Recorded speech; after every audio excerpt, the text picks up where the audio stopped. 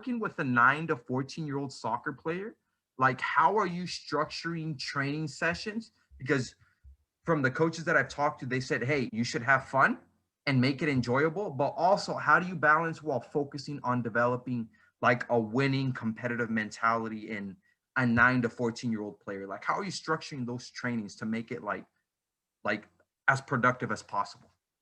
Yeah, it's a good question. I mean, I was working with that age group specifically during my time in the East Coast, Okay. uh, working for a smaller youth club, but an excellent youth club called Beach FC. Okay. And I have a lot of experience with that specific age group. And Okay. Um, to be fair, that age group is an easy one because you don't need to motivate them day to day to come and play. Mm. Um, I always say this that only the coach can ruin the fun. Only Wow. the coach can ruin the experience and make sure that the kids are not having fun because we are doing something that is not fun for them. I give you an example. How many times you walk out on the soccer field, any soccer field in any part of the world, and you see 10-year-olds running cone to cone and passing cone to Yeah. cone without any opposition, and you're definitely not gonna see fun there.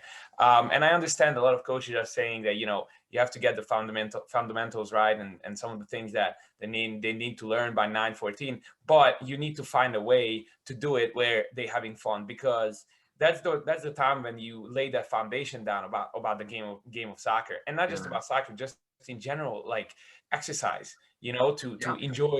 enjoy being in a team environment, and all that kind of stuff cannot be done if the training is not fun, because then the kids are not going to come, and it has nothing to do with that. um Generally speaking, I think it is important to understand that training sessions are for the players and not for the coach. Wow. Um, the capacity to have an absolute control of the situation, any situation, including the training session, the game, or any part of the developmental process of the young players, is the desire of many, many, many coaches. Yeah. And in being able to do so, it is easier to have disciplined, you Yeah. know, pupils, rather than people who think about alternatives.